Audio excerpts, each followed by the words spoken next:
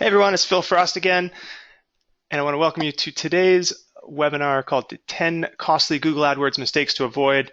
I appreciate everyone typing in to let me know the audio is in fact working, and I just clicked record, so hopefully we'll answer that frequently asked question right out of the gate here. Let's get started.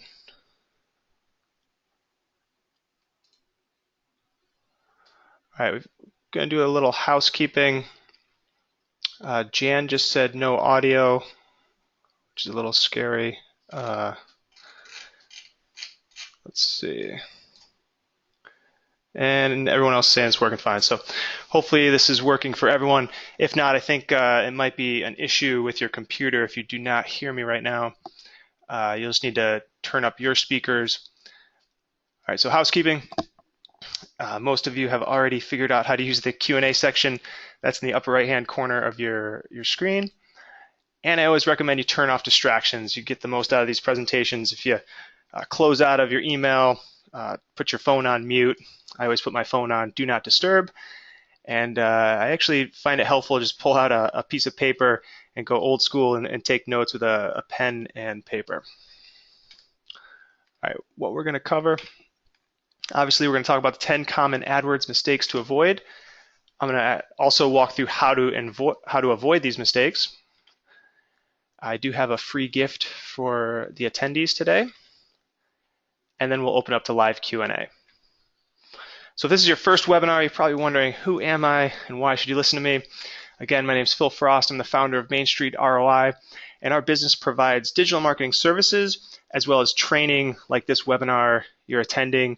This is one of our free webinars. We also provide paid trainings, which go much more in depth into exactly how to implement a particular digital marketing service or tactic.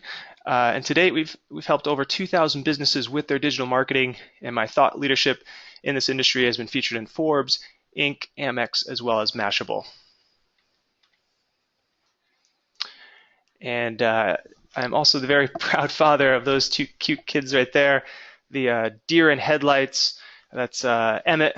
He's 10 months old now, and confirmed the chubbiest 10-month baby by all of my friends and relatives. And we take him to swim lessons, and he is by far the fattest kid in the pool. And that's my daughter, Violet. She is just over 3 years old and loves to boss around Emmett. And that's my beautiful wife, Erin, and we are in our Upper West Side apartment right by Central Park. All right, the 10 AdWords mistakes to avoid. We've got a lot to cover in a short amount of time, so if I don't get to anyone's question, don't worry, we will get to that at the end. Okay, mistake number one is targeting search and display in the same campaign. This is a very common mistake. So why is this a costly mistake? First of all, there's a huge difference between the search network and the display network. Most people think of Google AdWords and they think of the search network. They think of google.com. You go to the search engine, you type in a question, type in something that you're looking for, and then you see the ads at the top of the page and then the ads along the right-hand column. That is the search network.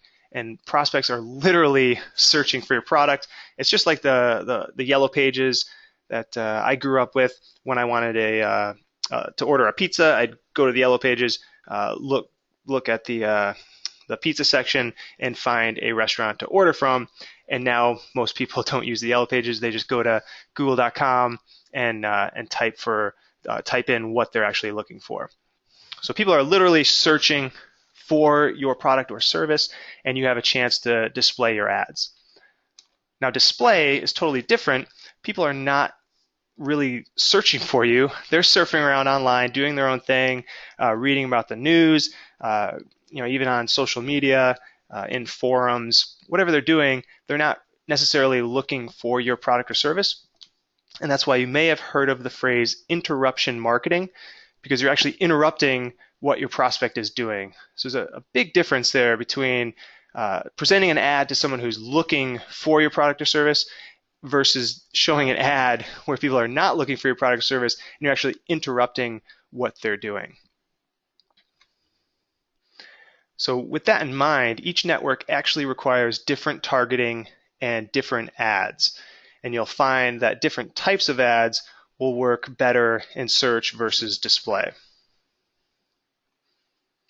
I do want to warn everyone that Google tends to encourage advertisers and basically set you up by default to target both networks. So that's one reason why it's such a common mistake. And I've audited a lot of accounts, and just this is by far the number one mistake where businesses actually don't realize they're targeting the display network. They put in the keywords. They think, okay, these are the keywords I'm targeting when someone searches for these keywords. But in fact, you're showing on websites on the display network. And again, those people are not actually searching for your product or service. So what's the solution? This should be fairly obvious. You want to create unique campaigns for the search network and the display network. And I want to clarify, I'm not bashing the display network. I actually have successfully used the display network to drive leads and sales. It can be a great channel, but you want to make sure you're creating separate campaigns excuse me, for search versus display. So what does that mean? When you're in Google AdWords, you want to select search network only. That is an option when you create a new campaign. And you can also, if you want to create a display network campaign, you would select display network only. And I'm actually recommending that you do not use, this is a new setting, which is called search network with display select. And I have read where some people have had good results with using that particular campaign setting, but I'm against combining them for the reasons I already pointed out, and you'll just get much more control over your campaigns, more control over your budgets, and how you're targeting your ads if you just keep them completely separate. So have a campaign for search and a campaign for display. Just keep those separated. Google, essentially, there's a conflict of interest. They want to try to make it as easy as possible for you to spend more money, and that is why they create campaigns that allow you to target both networks. Okay, mistake number 2 is using the wrong keyword match types. I said targeting both networks was the most common mistake. It's probably a toss-up between that one and this one here. And why is this costly? So just a quick warning, by default, when you set up a campaign, all of your keywords will be broad match. And if you're not familiar with broad match, I do want to clarify that right now. So here's a quick overview of the different match types. What you think you're doing when you're setting up your campaign, intuitively you would think you're using exact match. At least that's how I would think it would be set up. So it's a little strange that Google defaults you to broad, but again, there's a bit of a conflict of interest. But what you'd think of is if you put in the keyword NYC plumber and you put that in as exact match, then you're targeting that exact keyword. That's pretty straightforward. You put the keyword in. When someone searches that keyword, your ad shows up. For example, someone types in NYC plumber. The other match type is called phrase match. And just to clarify that I'm putting that in quotes, that's actually what you would need to do when you put the keyword into Google AdWords. You'd wrap it in quotes, that means phrase. And if you wrap it in those square brackets, that means exact. So that's actually the code or the symbols that you'd want to use to tell Google which match type. So with a phrase match, you're going to show anytime someone types in a search with your phrase included in that search. For example, someone might type best NYC plumber or best NYC plumber near me. You could add words before and after that phrase, and your ad will show up for all of those searches. So phrase widens the funnel, and your ads will display to many more searches versus just showing on exact. And then we come to broad match, which again, that's the default. That's if you don't put the keyword in quotes or you don't wrap it in those square brackets, it will by default be broad match. And that basically tells Google, hey, show my ads anytime you think someone is searching for anything related to what I've just typed in there. So NYC plumber, there's lots of things related to that. And if you're a plumber, you would know that you might want to search for NYC plumber license. You want to become a licensed plumber. So that's actually a valid search that could trigger your ads, but it's clearly not your target market. If you are a plumber, you don't want to show an ad to another plumber looking to get his license. So hopefully that clarifies why starting out with broad match can be a very costly mistake. Your ads will tend to be displayed on a lot of irrelevant search phrases. So what's the solution? You want to use phrase and exact match first. So I say first, when you're first starting out, I highly recommend you limit your risk and just focus on phrase match and exact match. That way you have much more control over where your ads are showing, and you won't waste a lot of your ad dollars on irrelevant searches. And then when you're ready to start expanding your campaigns, and you want to try to get more and more traffic, more leads and sales, and find additional keywords that convert for you, then I would recommend using what's called modified broad match. And that is as the name suggests, a modified version of broad match, where you can actually tell Google, hey, I want you to go out and find other related keywords, but they have to include the keywords I'm telling you they have to include. And the symbol you would use there is the plus sign before the word that needs to be included in the search. Now there's a big but there, and that's you must use negative keywords if your account is using phrase match, broad match, or modified broad match. And that actually leads us to the next mistake. If you're not familiar with negative keywords, you will know what that means in just a second. And I just saw out the corner of my eye, will this recording be available? And Kimberly, yes, this is being recorded, and we'll typically send the recording early next week, so Monday or Tuesday of next week. So mistake number 3 is missing negative keywords. So I already mentioned big mistake is targeting just broad match, in which case you're getting exposed to a lot of irrelevant searches. And then the next common mistake there is having broad match and not utilizing negative keywords. So you're probably wondering, what is a negative keyword? Basically, it's a way that you can put a phrase into your account and block that phrase so that your ads do not show. So I gave the example of a new NYC plumber license. Now, the workaround here, you could have that, let's say you had phrase match NYC plumber. That would still allow Google to show you on NYC plumber license, but you could have a negative keyword for the word license. And you'll see the symbol there is a minus sign. So you'd put minus license, or in the if you're manually adding it, you would just make sure you add it into the negative keyword section of your account.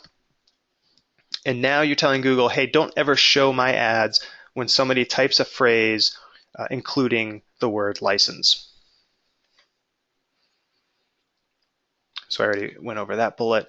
So you, again, I'm not saying you should never use broad match. I even mentioned before using modified broad match is a great way to expand a campaign and find additional keywords. But when you start testing with broad and even phrase, you do need to have negative keywords, or else you're going to risk wasting money and wasting your ad budget. So what's the solution? At the beginning of any campaign, before you enable it, you want to take some time and brainstorm obvious negative keywords. For a plumber, an obvious one there would be the word license, or maybe even school, university, degree, anything related to educating somebody around how to become a plumber or apprentice. So just take some time, brainstorm the obvious words that come to your mind. I would also recommend searching for the keywords that you're going to target and just see what some of the organic results are. Before I get to that, using the search terms report, that's once your ads are live. There is something called a search terms report in your account, and that's an extremely valuable report that you need to review, because that tells you exactly the phrase that someone searched for when your ad was displayed. So again, if you're targeting phrase match or broad match or modified broad match, you're going to show your ads on additional phrases. You may have heard long tail keywords before. You don't know what's really triggering your ads unless you go to this search terms report, and that'll show you the exact phrases that are triggering your ads. And then by combing through that report, you'll definitely find negative keywords to add into your account. Okay, mistake number 4 is not segmenting by devices. This is a fairly new mistake just because of the trends with more and more of your prospects turning to mobile devices and less of them actually just using desktops. And again, a little warning here that Google by default will show your ads to all devices. And all means desktops, tablets, and mobile devices. So just by default, if you just follow the steps to set up an account, you'll show to all 3 of those devices. Unfortunately, and you probably know this from personal use, you probably behave a lot differently depending on which device you're on. So I know personally, when I want to get real work done and actually do a lot of research and make a buying decision, I tend to be at a desktop. And if I'm more in research mode, and obviously on the go, looking for a restaurant on the go, I'm going to use my mobile device. So you need to think about, how do your prospects behave depending on which device they're using, and then based on that, you'll probably need to modify your approach, whether it's your ads or even your sales funnel on your website based on that device. We'll get to that in just a second. But I recommend everyone go and use this tool here to just double check if your website is actually mobile friendly. What I find very often is businesses will be targeting mobile devices. And when you take a look at the site on a mobile, either using your mobile or using this tool, you'll actually find that the site is not really easy to use on a mobile device. So the business there is wasting a lot of their ad budget sending people to a site that's hard to use rather than just focusing on the devices where their site does render properly. So what's the solution? Unless your website is mobile friendly and functions properly, is easy to use, intuitive, I highly recommend you block mobile device targeting. And the way you do that is this is not very intuitive, but you have to set a bid modifier in your account, and that's in the settings area of Google AdWords. You would actually set that the bid modifier to -100%. So you can see that's a -100%. or if you're in the account, I believe there's a drop down and you have to select decrease by, and then select 100, or then type 100%. And I mentioned this before. Let's say you do want to target mobile, tablet, and desktop. I would think through how your prospects behave differently. If they're on a mobile, your call to action will likely be a button to click to call. That's a great option for people searching on their mobile devices. They'll go to your website. You can actually have a nice big button to call, schedule an appointment, whatever that call to action is. That makes a lot of sense on a mobile. Obviously, you don't want that call to action on a desktop. You can't click and make a phone call on a desktop. So you want to think through, do you need different landing pages for the different devices? All right, mistake number 5 is targeting the wrong keywords in the first place. And just a little background here, there's really 2 types of keywords.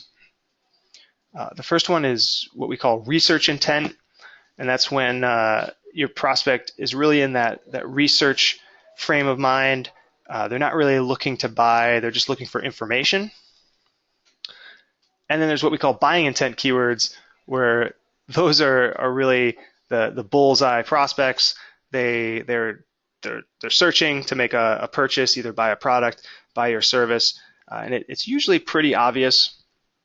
Obviously, the keywords like the how-tos, classic example would be, let's say we stay with the plumber example, how to unclog my sink would be a research intent keyword. That's somebody who's just, probably has a clogged sink, and they want to do it themselves. They're not really looking for a plumber, versus a keyword like top NYC plumber near me, or near 10011, which is our office zip code. That's a classic buying intent keyword. They're clearly somebody searching that is looking for a plumber to actually hire them. So obviously, if you're targeting a lot of research type keywords, research intent keywords, you're likely wasting a lot of your ad budget. And I'm not saying you should never target research intent keywords. There is a place for that. But when you're starting out and you want to get the best return as quickly as possible, I recommend you focus on the buying intent keywords initially. So what's the solution? Basically gave it away, but first, when you're doing your keyword research and you're reviewing the keywords in your account, I recommend you go through each one and just ask this question: what else could someone be searching? What else could someone be searching for when using this particular keyword? So really think about, what could go wrong with your ad campaign. Could someone be, could it be a college kid doing a research paper, and that's really why they're searching for that keyword? If that is the case, you'll probably get a lot of clicks on your ad from people who are just not qualified. And this was actually the bullet I mentioned before. Another way to go about this is to review the organic search results. So you literally just take that keyword that you're going to advertise on, type that into Google, and look at what are the organic results, so the non-paid results. And that can be a giveaway in terms of what do people actually want when they're searching that keyword, because Google does a lot of testing, and they want to rank the top pages that are providing the most valuable information. So if you do that search and the top 10 results are all very information focused, the how-to type do-it-yourself articles, then that's probably more of a research type keyword. And then finally, I already mentioned this, definitely when you're starting out, you want to focus on buying intent keywords. So go through your keyword list, pause, or don't actually ever upload or add the more research intent keywords, get that campaign live, and then use those research keywords potentially later down the road as a way to expand the campaign. All right, mistake number 6 is missing keywords in your ad copy. So 2 important points for why this is a costly mistake. First of all, you may have noticed this if you do a search and the ad has that keyword in the copy of the ad, Google will actually bold the keywords. So if somebody's typing in New York NYC plumber and the ad includes NYC plumber, Google bolds NYC plumber, so it makes your ad copy really stand out versus an ad where none of the words are bolded. And obviously, if I'm searching for NYC plumber, I want to find an NYC plumber, so I want to see exactly what I'm searching for. So intuitively, if you put the keywords in the headline of your ad, or at the very least in the description of the ad, then you're giving the prospect exactly what they're searching for. And they're just going to be much more likely to read your ad and then ultimately click on your ad. So that tends to lead to higher click-through rates. So putting the keyword in your ad copy tends to lead to more people clicking on your ad versus your competitors. Higher click-through rates then leads to a higher quality score. I'm not going to get too much into quality score, but that's a score from 1 to 10, 10 being the best. And the higher your quality score, the less you have to bid to be in the top positions. So if you get high click-through rates, that tends to lead to higher quality scores, and then higher quality scores will lead to reduced costs per click. So your quality score is used in the auction, and if you have a really high quality score, you do not have to bid as much to be the #1 advertiser. So you can actually be the #1 advertiser and pay less than all the other advertisers on the first page. And that's one of the biggest factors, again, is your click-through rate. So what's the solution? It's not actually as easy as just throwing your keyword in the ad copy. You first have to take a step back and group your keywords by similar phrases. I tend to do this in Excel. That makes it much easier. You can have a column for all of your keywords and another column for the ad group that you're going to put them in. And you're basically just going to make sure all the similar phrases are in a given ad group.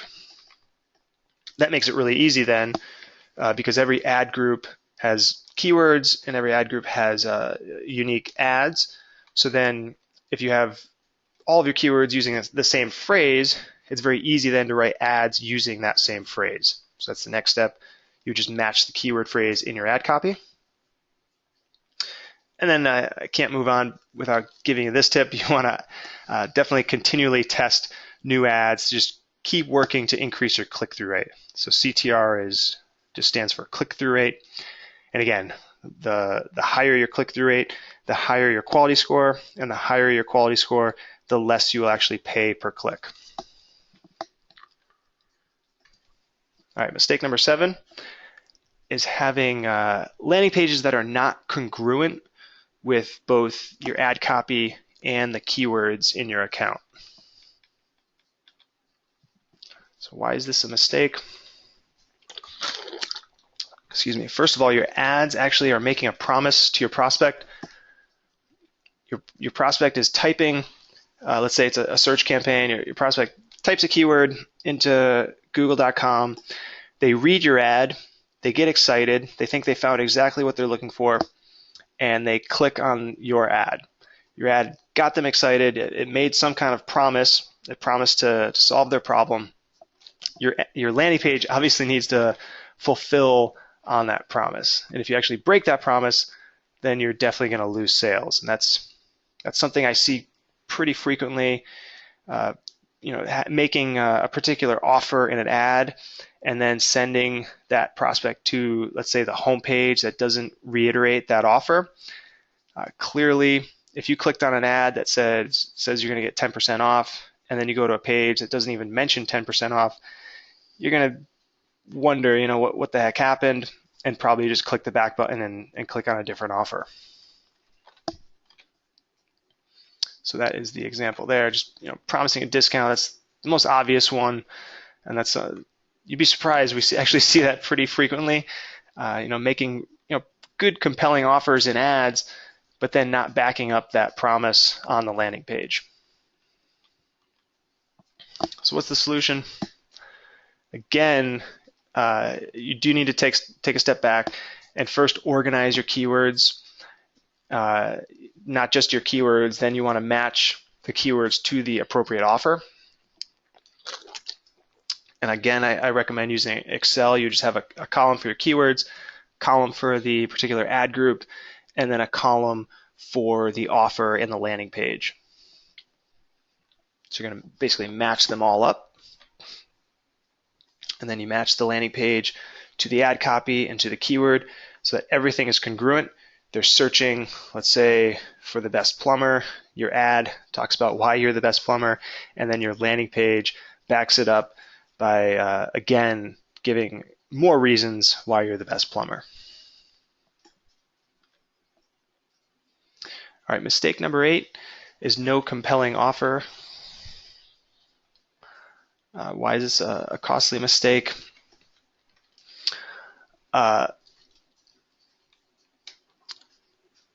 Sorry. The first bullet here is actually for you guys to search for your keywords and review the competitor offers. And that seems obvious, but it's pretty instructive to take a look at what is being offered on Google's first page for all of your keywords. And you might find that you're just not offering anything that would be compelling to your prospect. For example, I said, you could have a 10% off coupon. Let's say you Google the keyword that you're targeting and everyone else is offering 25%. As a prospect, you're most likely going to click on the best offer and ignore the weaker offers on the first page. So again, which advertiser has the best offer? Is it you or is it your competitors? And again, which do you think is going to get the most clicks? Which ads are going to have the highest click-through rate? Because that's going to lead to better quality scores and allow that advertiser to get the top position at lower costs. So ultimately, AdWords becomes a game of having the best offer versus your competitors having the most enticing ad copy to get all of those clicks, which then leads to a better ad position, and that it's kind of that self-fulfilling circle there. Once you get that top spot and you do have the best offer, it's kind of hard for your competitors then to knock you out. So what's the solution? You basically just need to figure out how are you going to present a better offer than your competitors. And that does come down to your particular business, what you're offering, and what's the best offer you can make. Now, I know the most obvious thing that comes to mind is having discounts, but you don't have to compete on price. I do want to emphasize that. In a lot of markets, it doesn't make sense to be the lowest cost provider. You don't have to be, but you do want to make a compelling offer, and that means possibly adding additional products and services as a bonus, having a strong guarantee. If you have a stronger guarantee than everyone else, you could actually be the highest cost provider, but you have a stronger guarantee, so you'd get more clicks and more conversions that way. You could also just emphasize a different benefit for your prospects. Everyone might be emphasizing in plumbing.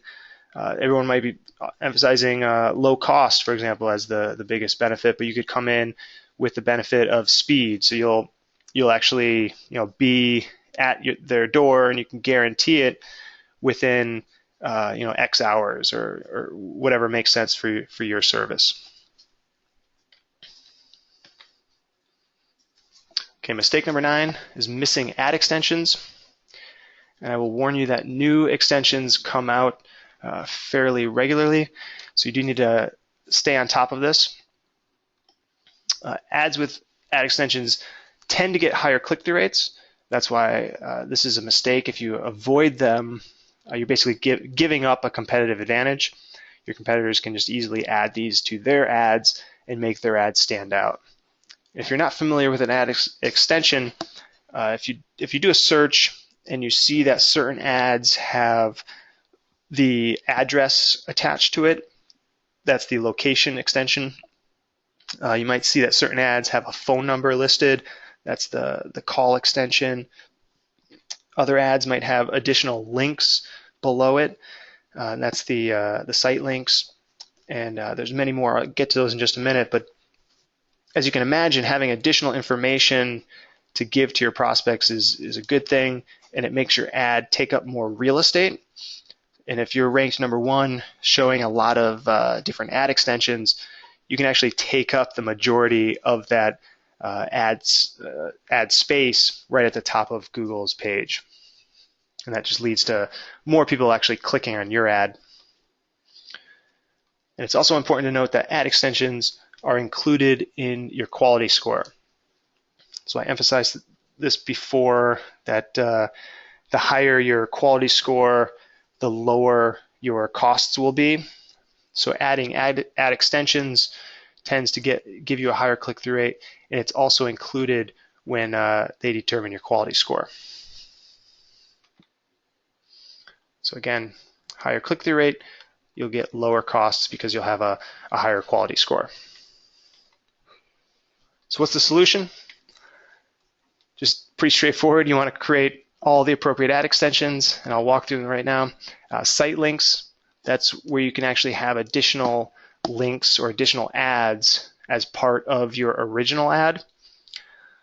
And that just gives you the prospect more options to click on, which tends to lead to more clicks. I mentioned the location extension. That's where it shows your actual location, your address. That's important for stores and any type of business where your customer or client is going to come to your office or your store. The call extension, that's where your phone number will be displayed as part of the ad. It's important to note that when you're targeting mobile devices with your ads and you use the call extension, that's actually a clickable phone number. And that's another great way to drive phone calls for your business. If you do want phone calls, having that extension allows you to get phone calls right from your ad that your prospect can just click on it and call you fairly easily, because the phone number just loads right in the phone. Call out extensions are fairly new. It's basically just having bullet points in your ads. It's an opportunity to just add additional benefits for your prospect to get them to click on your ad. And then the structured snippet is the most recent addition, and that again allows you to add more information, more as a list. And for, let's say, a retail business, you could put brands. You have to select a category. Let's say you select brands, and then you would list with separated by commas the different brands that you offer at your store. And then finally, the review extension. I highly recommend that if you do have a third-party review. But I do want to warn you, this is not a customer review. This would need to be a third party, like another business giving you a review, or if you had press, maybe a press write-up on, let's just say Forbes or something like that, where somebody actually gave you praise in the press, you could then link to that article. And that just gives you more credibility and gives the prospect a chance to learn a little bit more about your business before making that buying decision. All right, the 10th and final mistake here is no conversion tracking. I hope no one on the line is making this mistake. Famous management guru Peter Drucker said, if you can't measure it, you can't manage it. And tracking ultimately is going to reveal what's working so that you can reinvest in the areas of your campaign that are working. So which keywords are working, which ads are performing the best, and which landing pages are converting the best. And also what's not working so that you can trim the fat.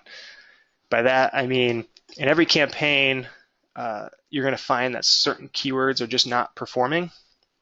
And there's different tactics you can use to try to get them to perform. But at a certain point, you'll probably just want to turn them off and just call them, establish that those are just never going to work, and trim the fat, cut your losses, and make sure you're investing your dollars in the keywords that are actually driving conversions. All right, what's the solution?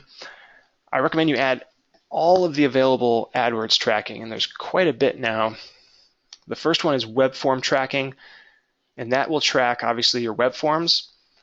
So anytime somebody comes to your site and maybe completes the contact form, the request a consultation form, they request a demo, whatever that form is, you want to add tracking to that. If you have an e-commerce business, you want to make sure you're tracking revenue.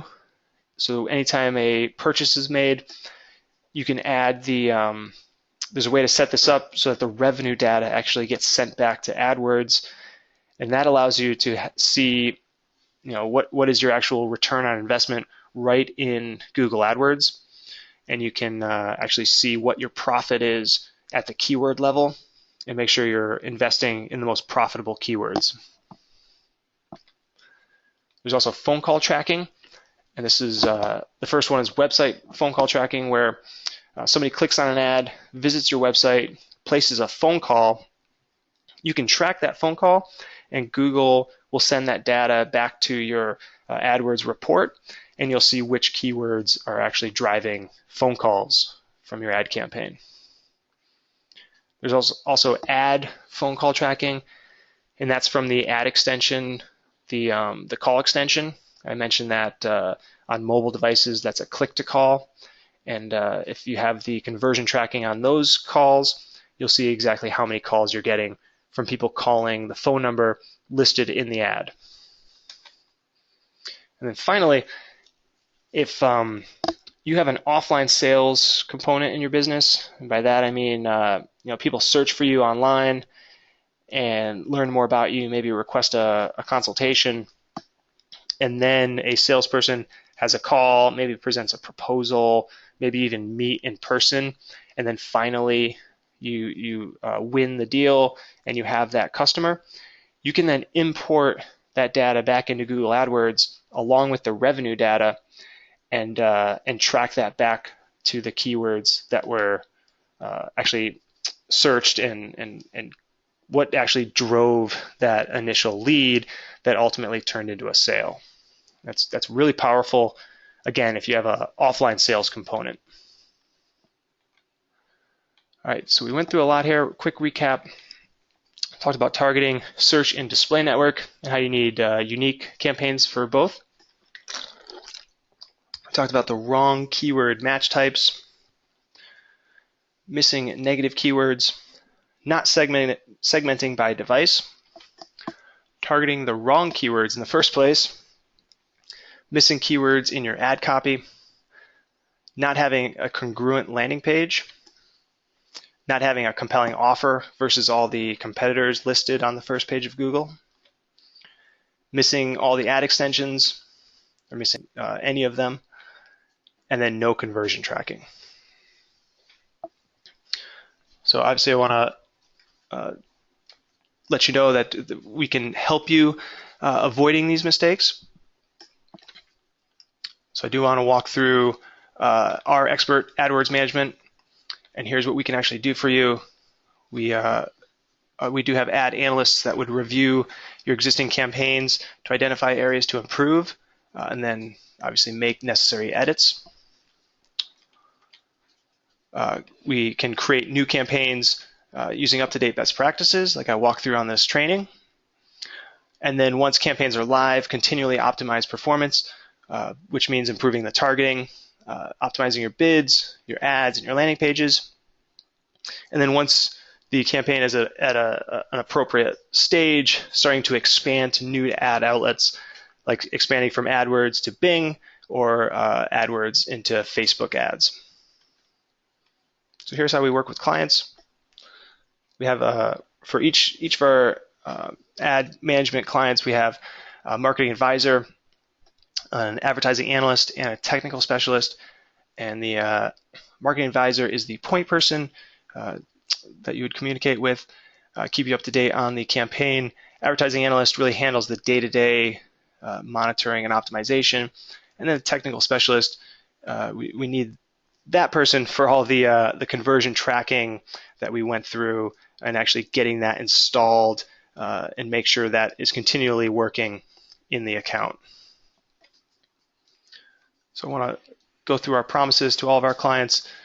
Big one here is responsiveness. That's something when we do get reviews from our clients, this is number one. We're very responsive, 100% transparent. We do a lot of training, and we are very transparent in terms of how we do things, how we manage accounts, and what we consider best practices. And we also practice what we preach. So what we go through on our trainings is actually what we do for clients. So here's how to get started. If you are interested in getting help avoiding the top 10 mistakes that we went through, you can go to mainstreetroi.com/AdWords-consult. And at that point, by completing that form, we'll send you more information about our services as well as pricing. It also includes a 30-minute consultation with one of our marketing advisors. And I did promise a free gift, so I'm going to walk through that quickly before we get to the Q&A. So the first 10 to complete that form will get a free gift.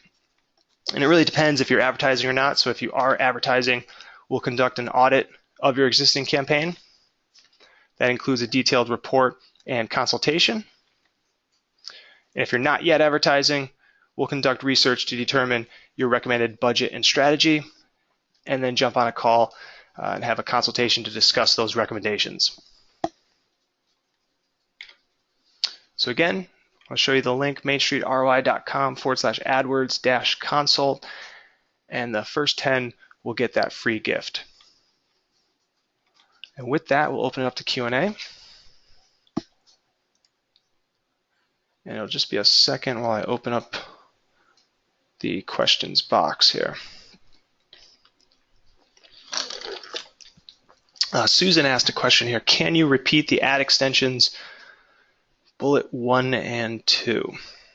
Let me see if I can jump over to, I don't actually know how to go straight to the slide, so I will just go back here. I believe this is what you were looking for, Susan. If you need clarification, I can go into more detail about each one, but these are the 6 ad extensions that are available.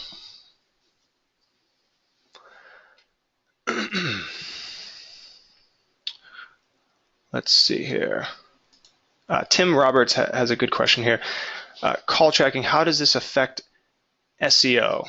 I've read a few articles on this, and suggestion was not to do it. Your thoughts? That's a great question. It's a great concern.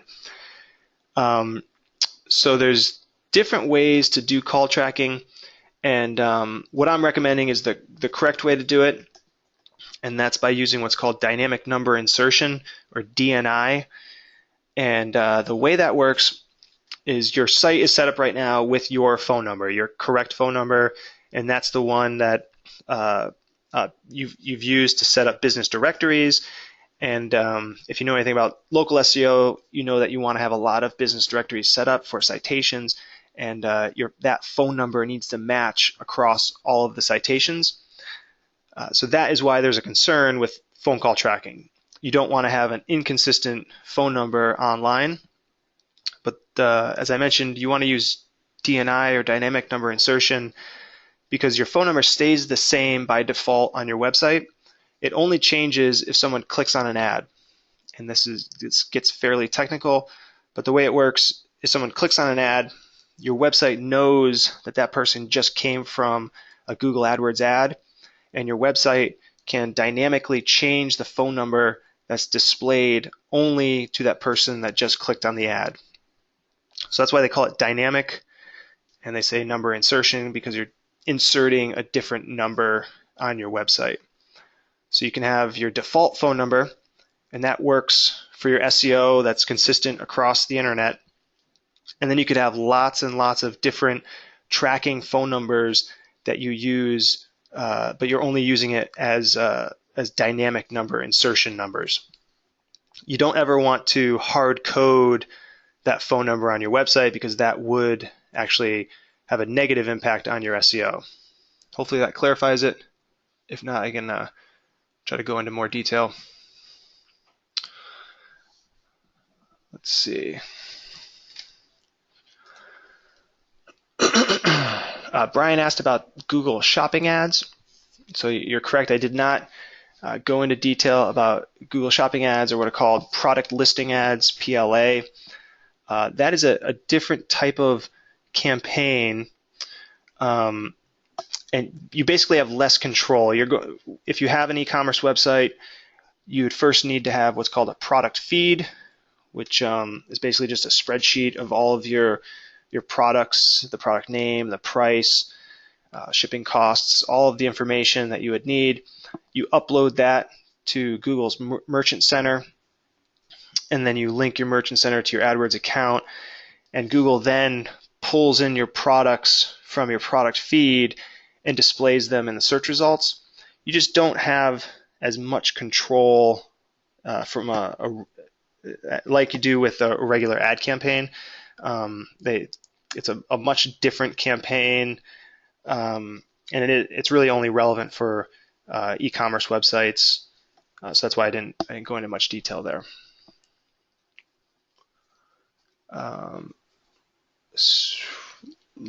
Lucia asked, do you work in Spanish, specifically with the Puerto Rico market? We currently only work with English ads.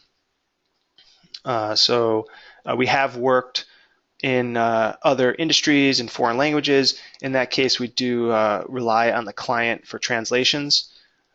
So we don't actually have the capability to do ad copy or landing pages in different languages. So Brett asked, what do you look for when selecting profitable keywords for campaigns? So that first depends on having the proper tracking in place so that you can see which keywords are driving leads and sales. And that's how you would make that decision. So it really comes down to how is your tracking set up? What is your sales cycle? What can we track? So for an e-commerce type business, you can actually track it all the way through to the sale. So that's pretty straightforward. And if you have the revenue tracking integrated correctly, you will see which keywords are driving profitable sales, so they have more revenue than cost. And for a service business where you're driving leads and you're driving phone calls and web form submissions, that gets into more advanced tracking where you'll need some kind of method to track the lead after they are off of the internet. So when phone calls come in, we talked about dynamic number insertion, having unique phone lines or phone numbers that you can track. So that's one way to track the phone calls coming in. Web forms can send data into a CRM system, and then you can track based on the source of that original opportunity all the way through to the sale, and then be able to run reports and match that back to the ad campaign. Andy asked, what is a good click-through rate? That's another very common question. And the answer, unfortunately, is it does depend. It basically depends on what your competitors are getting. It's a relative game. So if you have the best click-through rate versus the other competitors, then you're going to have the higher quality score. All things given, all other things being equal, if you have the higher click-through rate, you'll have the higher quality score, and you'll be able to get the top position for less cost per click. With that said, just kind of a general rule of thumb, 1% is a decent click-through rate. Generally you'll hear, if you're getting under 1%, that's a bad click-through rate, and you really need to work on that. But it's relative, and it varies based on which keywords you're targeting. And again, that's just for search. On the display network, you're going to have much, much lower click-through rates, typically much less than 1%.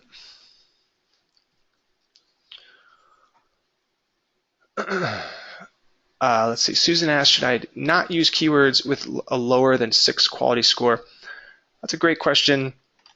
The answer is it does depend. So it's possible to have keywords that are converting and driving sales, but they have a low quality score. And you obviously want to keep working to get a higher quality score, but I would definitely not turn off a keyword that's driving leads and sales just because it has a low quality score. What you can do, this again is a little bit more advanced, but you could create a campaign specifically for your lower quality score keywords that are converting, and kind of contain those keywords so they don't hurt the other campaign's performance, because keywords in a campaign, those quality scores actually do affect the overall campaign quality score. So I do recommend pulling those guys out, putting them in their own campaign. Again, we're getting much more advanced in terms of tactics. For most advertisers, you don't need to worry about that, and you can keep everything in just one campaign. Let's see. Sorry, I'm just reading some long questions here. So Chris asked, for a company that has several stores in different cities, do you recommend 800 numbers or local numbers for each store's local ads? That's another very good question. Oh, 1-800 number or lots of different local numbers. I would highly recommend, if you are targeting local customers and clients, going with lots of different local numbers.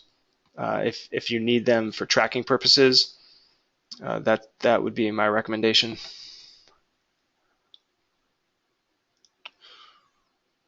Let's see. Brian, I'm not sure what you're referring to. You said agreed, but is there any rules that go with the on-page copy? And I will do one more question here. If I don't get to your question, feel free to shoot an email to support@mainstreetroi.com, and I will get to that via email. And let me just pull up the URL again. Whoops. Let me do current slide. There we go. There. All right, let me just do one more question.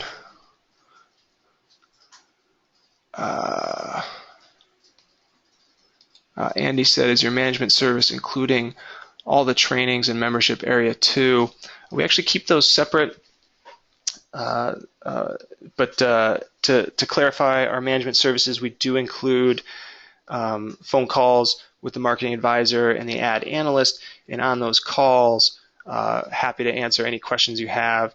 We dive, depending on the client, we do dive pretty deep into the account, and we can do screen shares. So if you are looking to learn more, rather than just sit back and have somebody do all the work, if you're a little bit more into the advertising account and you want to learn as well, that is something that we can do on those calls with the marketing advisor and the analyst. All right, so again, If you are interested in learning more about our AdWords management services, the URL is on the screen right now, mainstreetroi.com/AdWords-consult. And if you have any questions after this, shoot them over to support@mainstreetroi.com. So with that, I'm going to close out the webinar. Appreciate everyone joining the webinar. Great questions, and enjoy the rest of your day. Take care.